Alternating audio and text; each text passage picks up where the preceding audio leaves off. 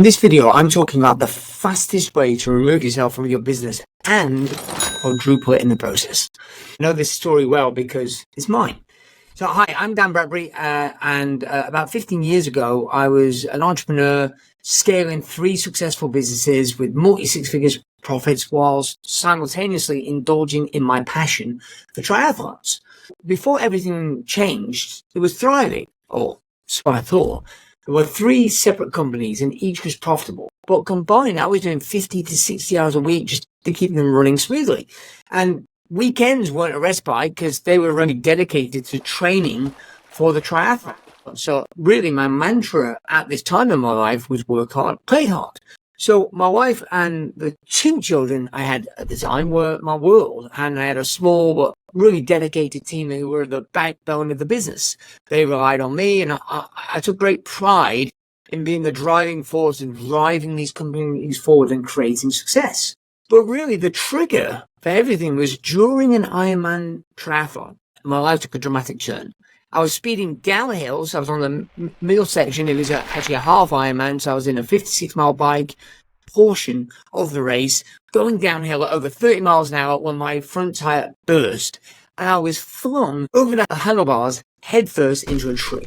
The impact was so severe it split my helmet in 2 and knocked me unconscious. And my next memory was almost in a cliche film style. I woke up in a hospital bed, kind of disillusioned, disorientated. Everything was blurry, and my wife was there with tears in her eyes, and she told me that I'd been in a coma. For over a week, my brain had suffered significant trauma. There'd been bleeding on the brain, swelling, and it made my thinking murky. It was like being perpetually drunk, but without any of the fun. And sadly, it got worse. Over time, the brain swelling caused relapses and the pain was unbearable. At one point, as dramatic as it sounds, I was so desperate, I remember begging my wife to kill me, to end my suffering. Across this period of time in hospital, I had a revelation. Despite, multi-six figure profits, 6-figure income, and all the trappings of so-called success, I hadn't secured my family's future. If I died or if I'd become a vegetable and been unable to work, they wouldn't have been set for life. And this really was a turning point. So although I was successful and they were profitable, my businesses were too dependent upon me. They couldn't really be sold because they needed me to operate. So I was stuck in a catch-22. I needed to make them self-sustaining, but because of my brain injury, I was too incapacitated to do it. So I had the leverage to ensure my family's security, and I started thinking strategically. I needed to scale the business, but without my constant involvement. And that's when it dawned on me that there was an option, and that was doing some kind of acquisition or strategic merger.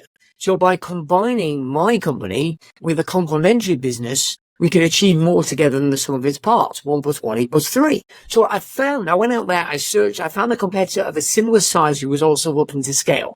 We had complementary strengths, so my financial systems were robust, but he was better on the sales side. He had an established sales team that were exceptional. So I proposed a merger. The combined entity's potential was clear, and we moved forward with a plan to scale.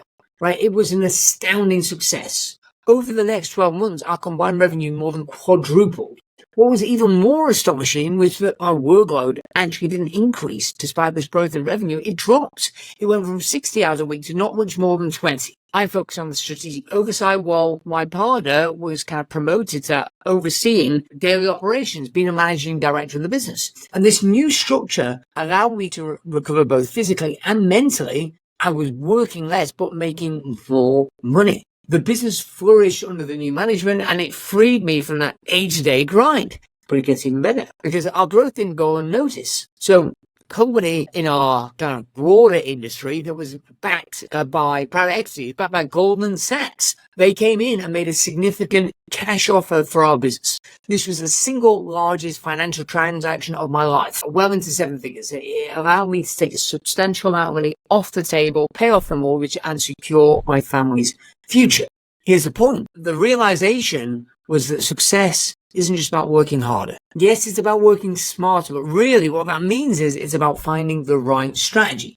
Merging the companies not only saved me, but it created a thriving business that has attracted substantial investment that allowed it to grow even further. So, a quite literal near-death experience to a life-changing merger. My story from about 10, 15 years ago underscores the importance of strategic thinking in business. Sometimes your most challenging moments can lead to the most profound transformations. So the next time you're faced with what seems like an insurmountable challenge, remember that with the right strategy, 1 + 1 can equal 3 or indeed 5. So that's my story.